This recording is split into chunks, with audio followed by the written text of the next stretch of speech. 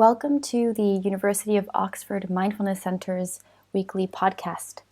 Today we have with us addiction psychiatrist Dr. Judson Brewer, who talks about how getting to know the patterns of our mind can help us navigate these uncertain times, and also about the importance of spreading kindness rather than anxiety and panic. Before I hand over to Jud, I just want to offer a brief landing practice to allow our nervous systems to settle. So for this brief practice, it doesn't really matter whether you're standing up, lying down, or sitting, as long as you can feel your feet, the heels of your feet resting on a surface.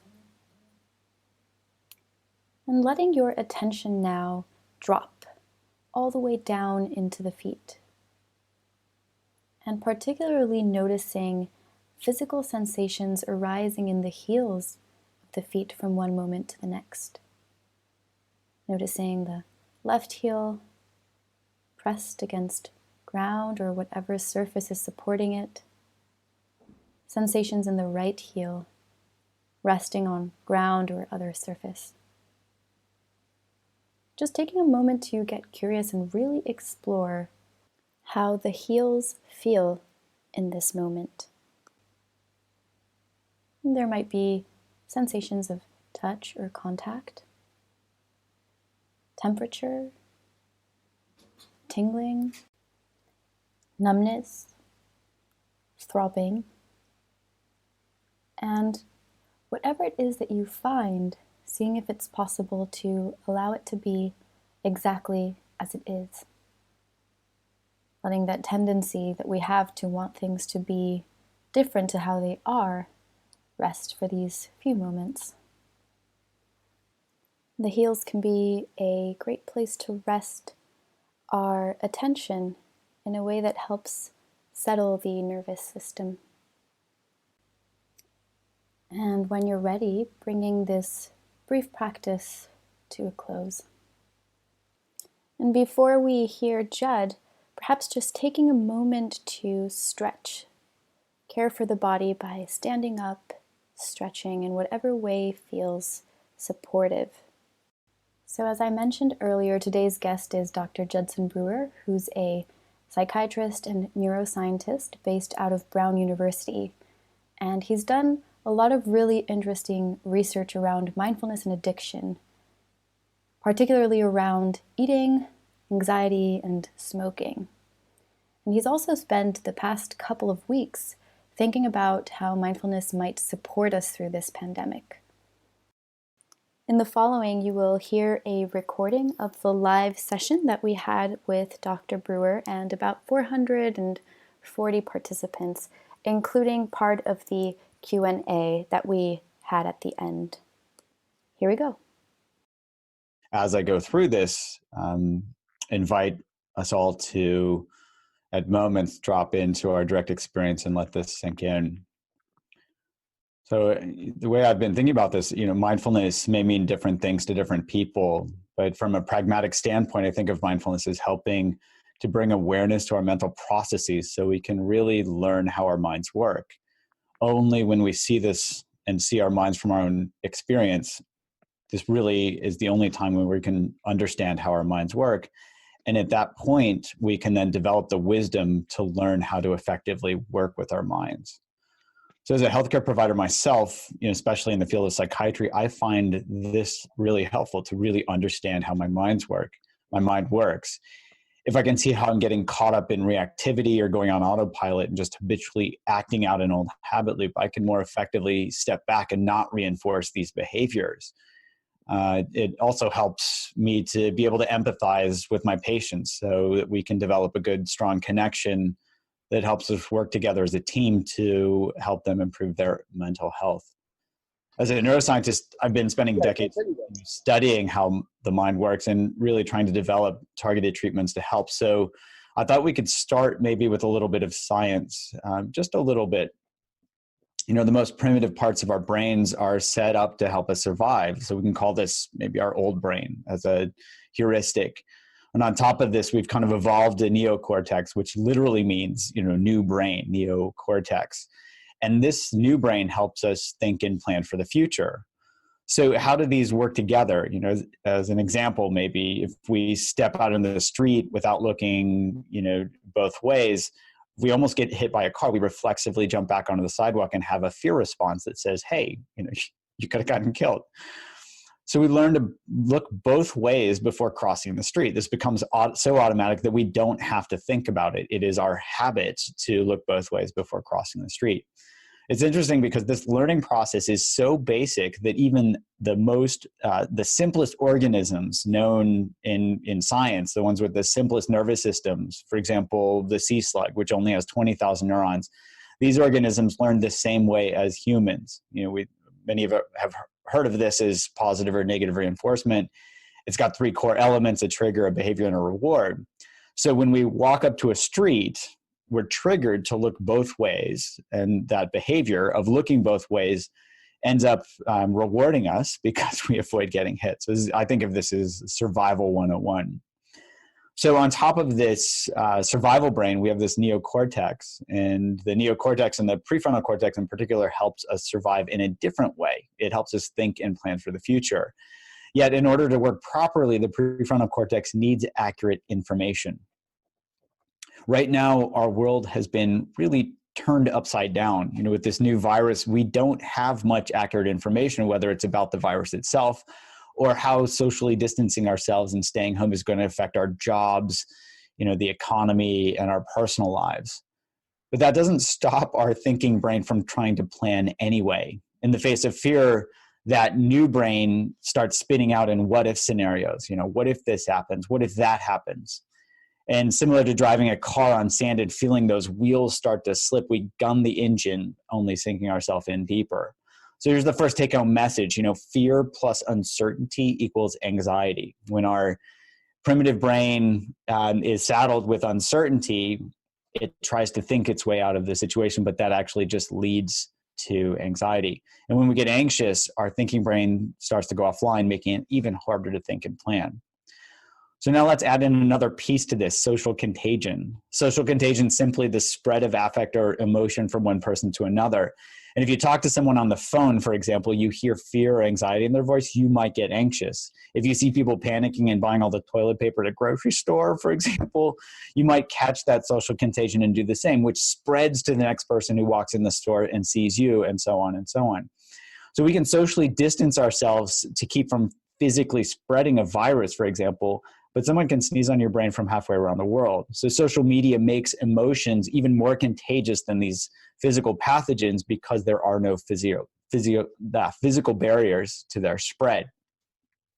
So that's take-home message number 2. Anxiety plus social contagion can lead to panic. And this makes our thinking brains totally shut down. The definition of panic is, I'll just read it to you: sudden, uncontrollable fear or anxiety, often causing wildly unthinking behavior. And I'm sure we can all just think back to moments in the last couple of weeks where we've seen situations like this, where people are spreading anxiety or spreading panic through social contagion unknowingly. It's not like they're doing this on purpose. If you add one more piece to this, the sense of scarcity, you add scarcity to anxiety, and that's where we get this run on toilet paper at the grocery store. I don't know how that became the meme, but I think that's the representative piece that I've seen most often. So maybe we can just pause for a moment and do just a brief mindfulness practice together to let all of this sink in. Maybe taking a deep breath and being very conscious as we take that breath in. Notice what it's like to hold this breath for just a few seconds if we can. And then consciously letting it out. Maybe doing that twice more at our own pace.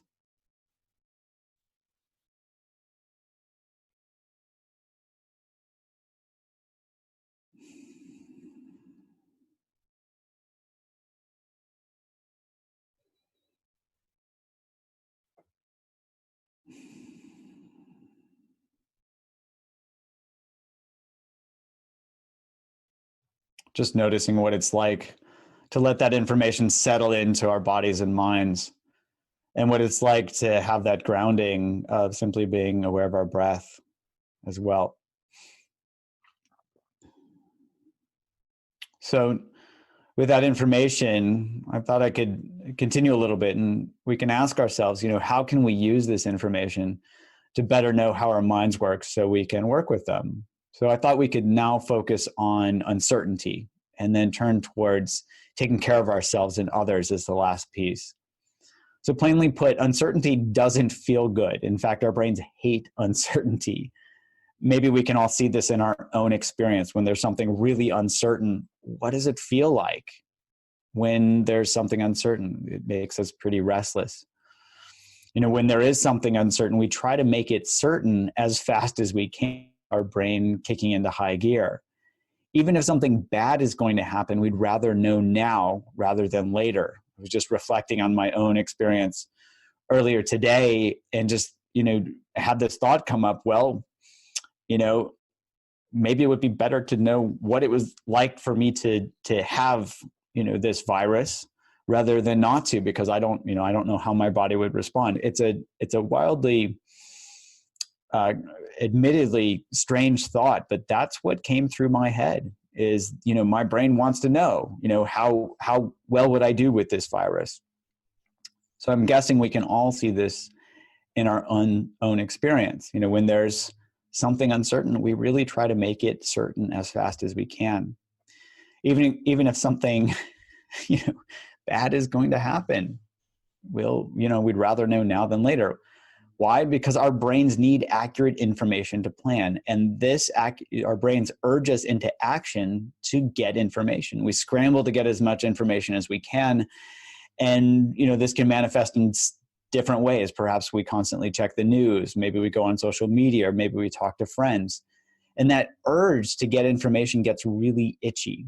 That itch is our brain saying, hey, I'm going to make your life pretty unpleasant until you get me what I need, more information. Now, when we don't have access to accurate information, like we're seeing somewhat now, or maybe things are changing very rapidly, which they certainly are right now, the unpleasantness of that itch often gets us to scratch. And we can scratch this prematurely. This can come in the form of doing something. For example, if we've just interviewed for a new job, we're waiting to know, if we've been hired, or maybe we've just gone out on a date with someone and we're waiting to hear if they're interested in us. The best thing we can do is wait, both to be and look calm. But we get triggered by thoughts. Did I get that job? Do they like me? And that impatience urges us to scratch that itch. So we impulsively act. Maybe we call the person, or we text, or we send an email. And just like poison ivy, we might make that itch worse by scratching.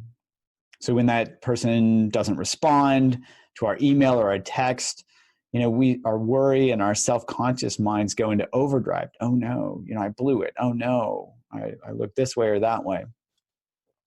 So where does mindfulness come in? Mindfulness is about seeing these processes in our minds and seeing them really clearly. Seeing those thoughts that trigger us as thoughts, noticing and being with emotions and feeling that feeling of impatience and that feeling of worry. Feeling and being with that urge to act, even so that we can feel those sensations of those urges and those cravings as sensations rather than this moral imperative to do something. And all of this helps us learn that the result of not scratching is better than scratching itself, as much as itchy as it might be. Mindfulness really helps us learn to be with our thoughts, learn to be with our emotions and those sensations instead of doing something to make them go away or somehow fix them. My psychiatry training, I learned this really simple phrase. I love it. Don't just do something, sit there. Don't just do something, sit there. Yeah. So if my patient's suffering right in front of me, it's really important not to catch that social contagion and then try to scratch my own itch to make me feel better by jumping in and trying to fix them. That only makes things worse. And in these cases, being is the doing. By sitting there, being with them and being with my own emotions, I can actively and deeply listen to my patients. And that's often the best medicine. So just being with uncertainty, knowing that our brains don't like uncertainty can be really helpful. Maybe we can just take a moment to pause and do another short mindfulness practice together just to let this sink in. Maybe we can even do a short meditation on uncertainty. Maybe just ground yourself in your present moment experience, whether it's your feet or your body or your breath. Just take a moment to do that.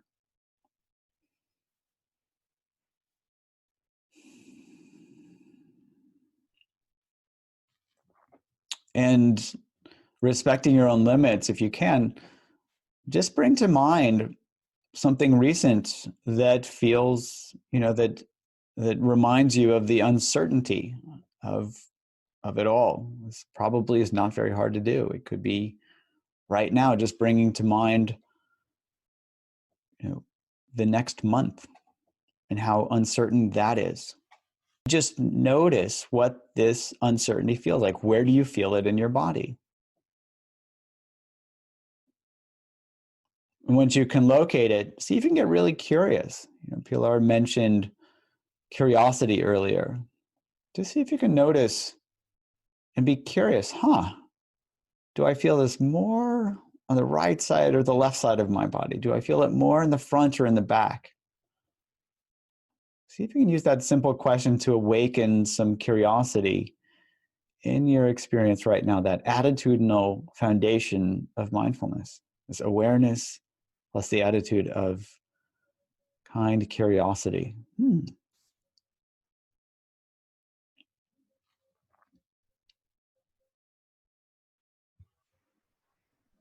Just exploring those sensations for a few moments.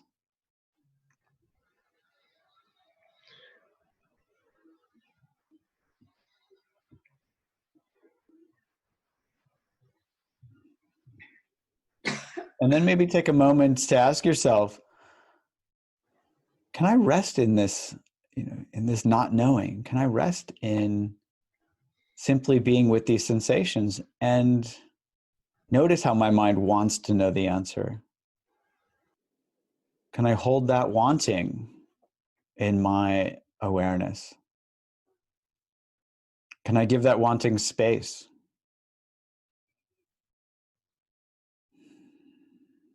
And what's it like when I give it space?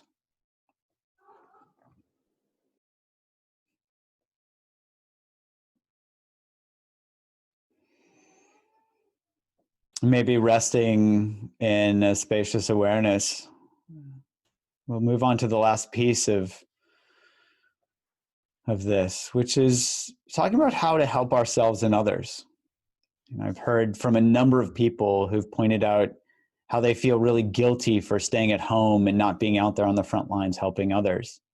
So I thought we could explore that for a bit, especially feelings of guilt and shame.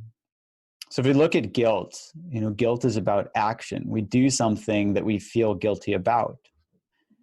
Shame is about ourselves. We feel shame and we feel like we're a bad person for something that we've done, and maybe even imagine how others will perceive us.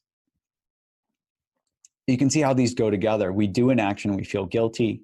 We look in the mirror or interpret what others are saying or might say and feel shame about who we are. These can also trigger self-judgmental habit loops. Guilt or shame trigger self-judgment as a mental behavior, which results in more shame. Hence the term many of you have heard, shame spiral. I'm guessing many of us can relate to this. So in fact, feelings like shame, if we think about this from a neuroscientific standpoint, these feelings can activate self-referential brain regions in this network called the default mode network. It's a network that gets activated when we feel guilty about the past or when we worry about the future. Shame also activates it because we think about ourselves and we feel that sunk in and closed down feeling of shame. My labs even found that mindfulness meditation specifically deactivates this brain network that gets overactivated when we get caught in the past or the future or feeling ashamed. We found this in expert meditators, and even more recently, we found this with people who don't have any experience with mindfulness, who want to quit smoking. This The default mode network gets activated when people get caught up in craving, especially craving cigarettes. And in a recent study we published last year, people who used app-based mindfulness training to quit smoking actually deactivated their default mode network in a dose-dependent manner. The more modules they completed of the app, the more they cut down on smoking. And the more their default mode network quieted down, the better they did. It's interesting, the default mode network also gets activated with perseveration, which is just a fancy term for worrying about the future. And you can see how mindfulness would work here by helping people see their worry habit loops and not get caught up in them. We can all learn to see thoughts simply as thoughts. We can all learn to observe them and not get caught in trying to hold on to certain thoughts, maybe that are pleasant, or push away ones that are unpleasant. We can do the same with emotions. We can learn to be with difficult emotions like anxiety.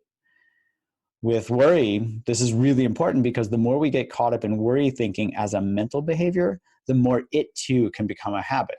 For example, anxiety can trigger worry, and that worry can feel like we're doing something. Even if we can't control the situation, we can control something in our mind because it feels like we're doing something by worrying. There's a lot of research that shows that this is true.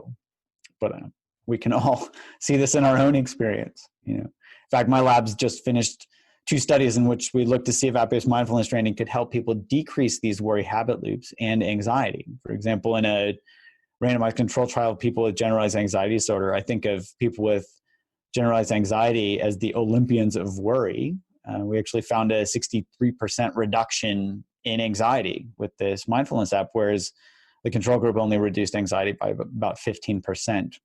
In medicine, there's this term number needed to treat, which is basically a calculation that quickly helps clinicians figure out how effective a treatment is. For example, anti-anxiety medications, the number needed to treat is just over 5, which means you have to treat about 5 people with a drug for 1 person to benefit. With app-based mindfulness training, it was only 1.6.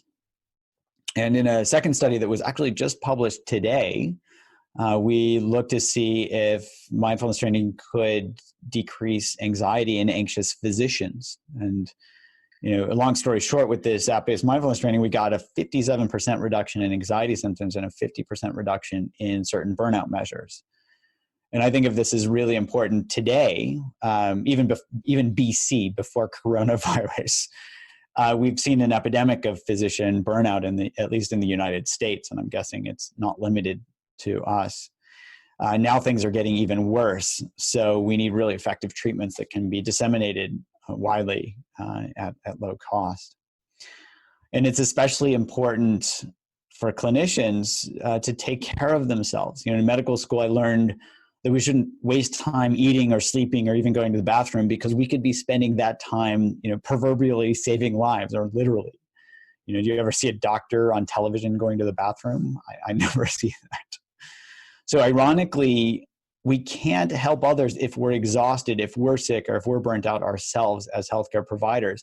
So it's imperative that all of us, whether we're healthcare providers or not, that we see self-care as care for others, because it really is. Here, taking the time to sleep and to exercise and to eat healthy food is critical.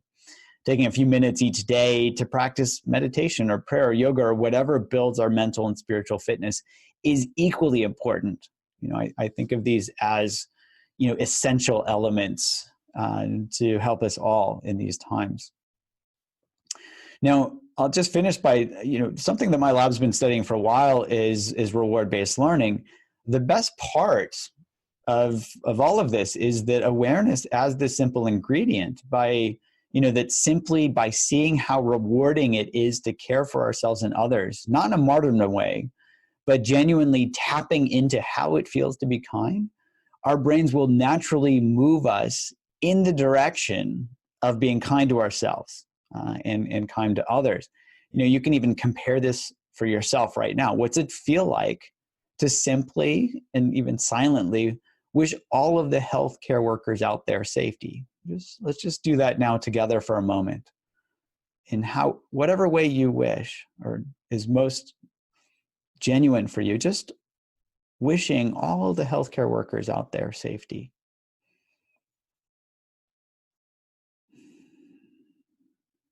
Yeah, to our brains, at least in my brain, it's a no-brainer. It feels much better than worrying about them being safe or worrying about loved ones being safe.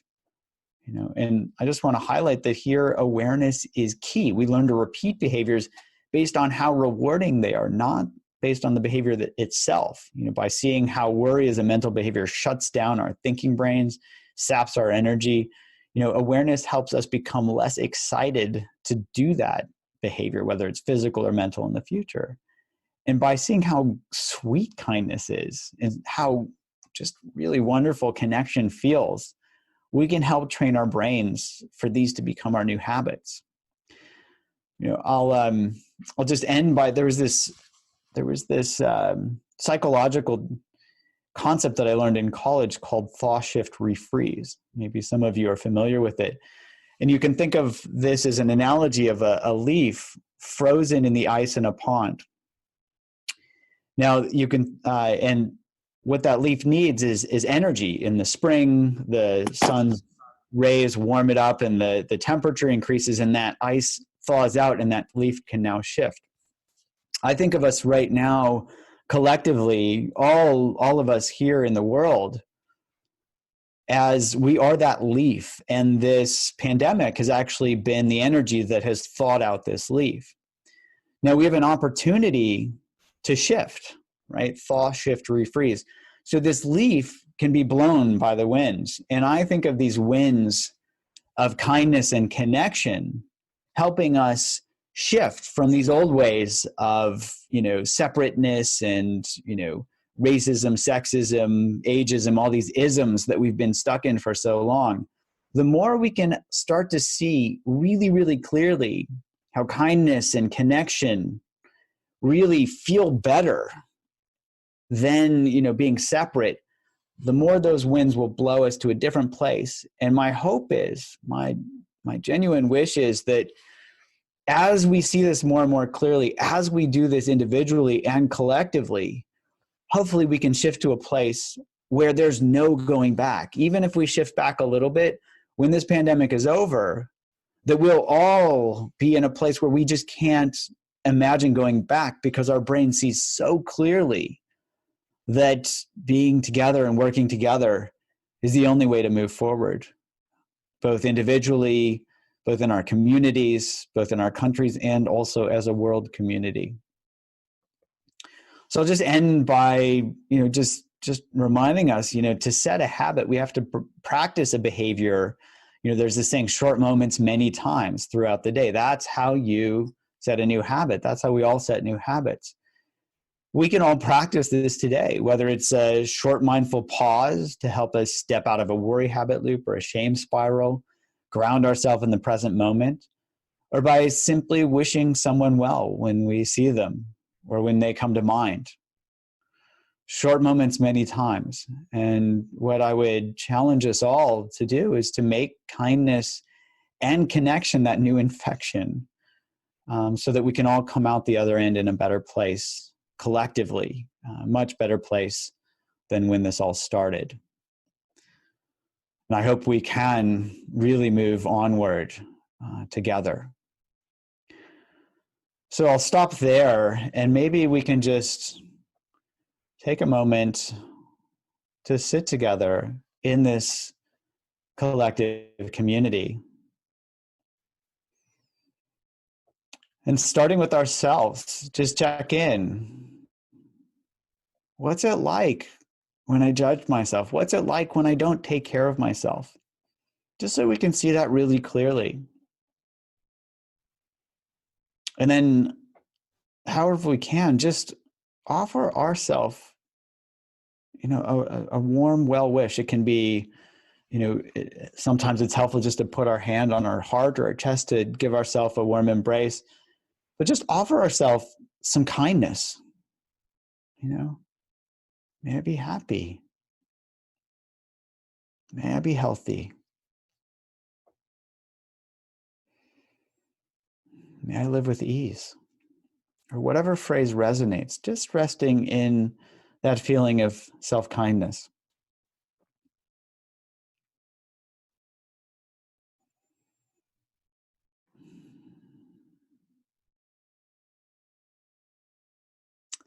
And then maybe extending this to everyone else here on the call together, all 442 of us. Just extending this kindness. May everyone here be happy, or whatever phrases resonate best with you. May everyone here be healthy. May everyone care for themselves joyfully.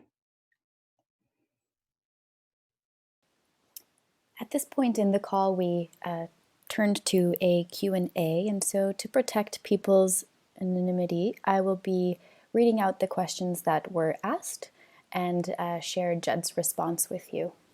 The first question was around the definition of mindfulness, whether there might be multiple definitions and whether a definition from a psychiatrist point of view, how that might differ.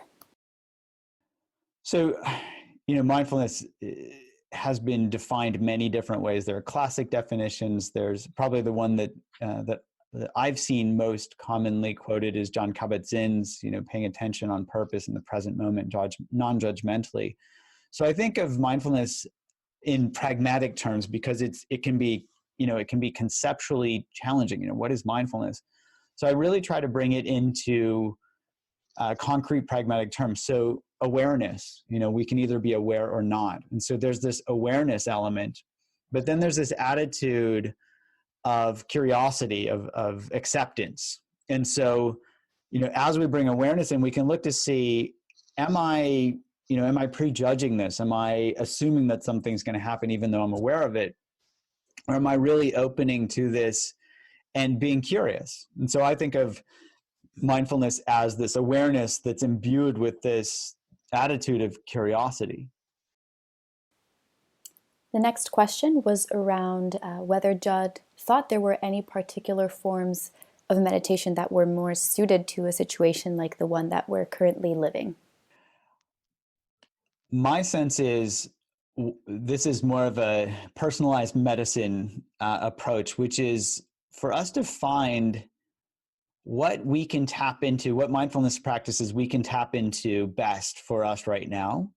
And also, if we have a number of practices in our tool belt, to be able to step back and ask, what is needed right now? So, for example, my patients, if they're getting caught up in anxiety, a breath awareness practice might be really helpful for them.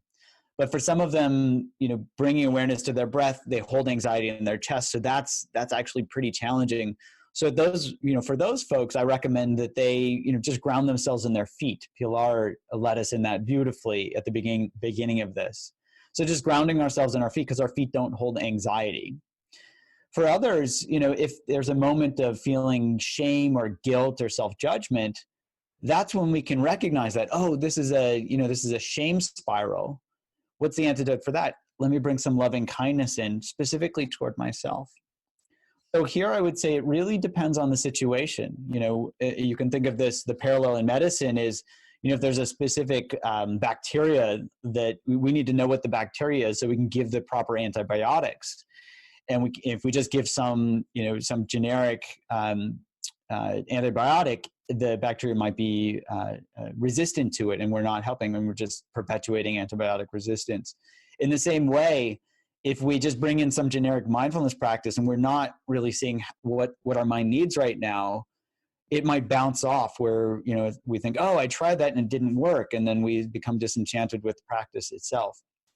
So here I would say it's really important for us to take a moment to ask ourselves, what's my mind doing right now and what's called for? What practice is most helpful right now? And, often, the category of kindness versus curiosity, those two general categories can be really helpful ones to begin with. And then, we can bring in curiosity, we can bring in a grounding practice, we can bring in a body scan, or if there's, if it relates to where kindness is needed, we can bring in a compassion practice or a kindness practice. The next question was about experiencing strong emotions and what to do when that happens. I've actually been trying to put out daily YouTube videos on my YouTube channel to talk about some of these things that we're commonly experiencing. And one of the things that I see a lot and am feeling myself is grief. And there's this term, anticipatory grief. I specifically talked about that, I think, sometime last week, where, we're grieving loss, and that loss doesn't necessarily need to be right now. We might, and it might be right now. If we've lost, if someone that we've known has died, or if someone is sick, that's grief right now. If we're anticipating that we're going to lose, we've all lost our normal ways of life right now. I don't know anybody that is living exactly the way they lived, a month or two ago. So here, just being able to name, whether it's a stage of grief, being able to name that, or just name and kind of bring to mind, bring awareness to what that emotion is, helps us bring it out of the dark. So it's not something that's kind of, jostling us and we don't know what it is, but bringing awareness in, can help us see, oh, this is anger, or this is sadness. And then, like you're pointing out, mindfulness helps us learn to be with these things. Our habitual tendency when something is unpleasant is to push it away. Mindfulness helps us turn toward that and paradoxically invite it in, so that we can be with whatever these emotions are without reacting to them, and without setting up habits that might not help us in the future. A lot of folks eat because of anxiety, and then they set up a habit loop around eating that's not helpful. If we can just learn to be with these emotions, let the tears stream, let ourselves go through the stages of grief, that helps us be genuine and human and authentic with our own emotions, without adding anything to it, where that grief process needs to happen anyway, without trying to suppress it. So perhaps, as you're pointing out, whatever the emotions are, as long as we can, and respecting our own boundaries, just be with those emotions, let them be there. That's what mindfulness really helps us do. In the next question, one of the participants asked Dr. Brewer if he could talk a bit more about habits. Yes. So, and I could talk for weeks about habits. So certainly there are some videos where I've given specific examples of habits on my YouTube channel. Just last week, I think I talked about how we can become addicted to the news. So if you think of a slot machine as, you don't know when you're going to win, it's called intermittent reinforcement, meaning random rewards. So if you play the slot machine and then you win, randomly, we can look at the news the same way. If we look at the news, we don't know when some big headline is going to hit. But right now, there are big headlines hitting pretty much every day. We just don't know when they're going to hit. So if we're constantly checking the news, we're actually setting ourselves up to potentially form the habit or even the addiction of being that news junkie. So from a general standpoint, habits are relatively straightforward. These three elements that I mentioned: a trigger, a behavior, and a reward. And when we can just simply map out what those are, what's the trigger? And the trigger is the least important piece of the equation. What's the behavior? Mental behavior is included here. So we might stress eat as a physical behavior. We might worry as a mental behavior. And then what's the reward here? What's the result? This is where mindfulness is critical, because seeing that cause and effect relationship, if I'm stress eating, is that making me feel a little bit better? Is that distracting me from my emotion, for a little while? But is it actually helping the root cause of the problem? Generally not. So here mindfulness can help us see, okay, here's this habit loop. How am I relating to this? Is what I'm doing habitually helping, which helps our mind become disenchanted with the old behavior. And then it opens up the door for what I think of as the BBO, the bigger, better offer, where we can start to see, oh, can a curious awareness itself be that bigger, better offer? My lab's even done studies of this, where we embedded a craving tool in this Eat Right Now app, where we have people pay attention as they're eating, so that they can really clearly see how unrewarding it is to overeat or stress eat, which helps their brain starts to change that reward value of their old habit. Within 10 to 12 times of people doing this, we see a significant reduction of that reward value, even close to zero. So it's a relatively simple process. It's not necessarily easy to work with, but it's simple, and the key ingredient here is awareness. I put together a short animation on my website, if anybody, that talks about the neuroscience of this. If anybody's interested, it's just drjud.com, drjud. So if you want to learn more about the neuroscience, I've got a short animation on reward value, and then a longer animation called Everyday Addictions, where it talks about everything from buying things online to other types of habits that we form because of modern day technology, like this thing that's really just a slot machine in our pocket that we pay for, called a cell phone or a smartphone. It's smarter than we are. So I hope that gives you a little bit, and there's certainly more resources that you can take a look at to learn more. The final question of the session was around communicating about mindfulness in a corporate environment, and especially to leaders and engineers. It's a good question, and I'm going to keep this brief, but I could probably speak for an hour on this. One thing, and I'm also biased because I'm a scientist, but for researchers and engineers, at least the ones that I've worked with, they love data. And so I think of this as, just show them the data. And engineers love, I don't want to overgeneralize. I think we all love to know how our minds work. And I would guess that engineers also love to know how their minds work. And so, I find it really helpful to start with, okay, let's understand, like I did today, let's understand how our minds work, and also help people really approach this from their own experience. So here, looking to see, I think of this as pain points.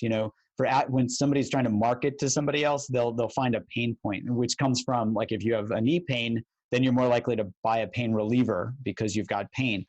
In the same way, if we go to a company or anywhere, and somebody's saying, hey, I'd like some mindfulness, I find it really helpful to start by really trying to understand where they're coming from. Like, why do you want mindfulness?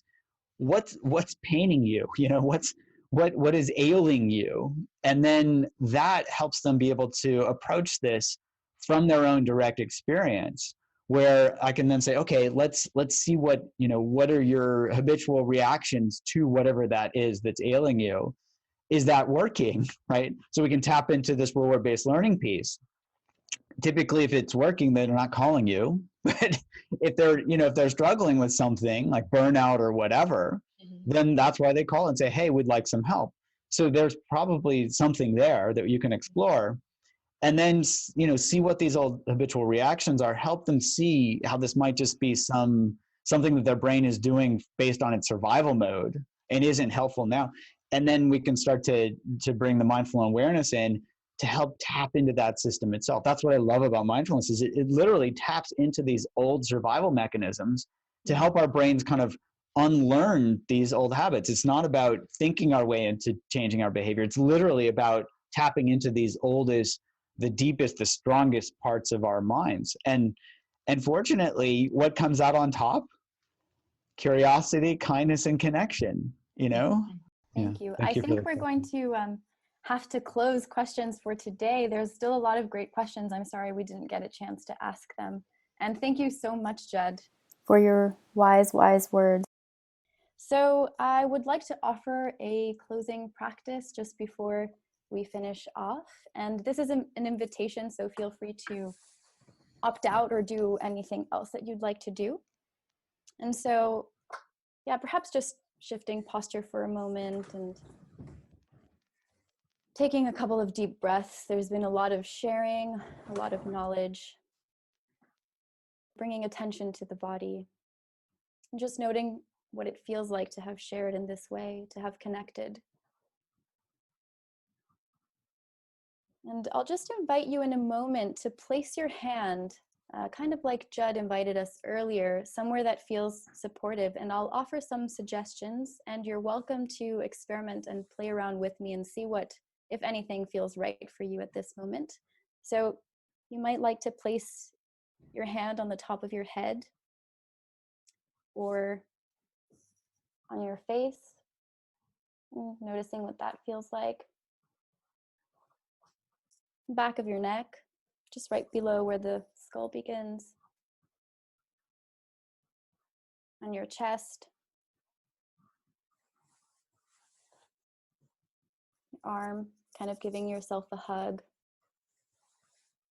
Or you can just leave your hands cradled on your lap or place them on your thighs and just tune into what feels most supportive to you in this moment. And don't worry about choosing. Whatever you choose is right. I'm going to go with hand on head because I really like that. And just taking a moment, you can close your eyes or leave them open and just tune into the sensations at that point where your hand touches whatever part of the body you've chosen to practice with. Just really let your awareness soak up that sense of touch, sense of contact. And any sensations, physical sensations that might be emerging. Resting your awareness there.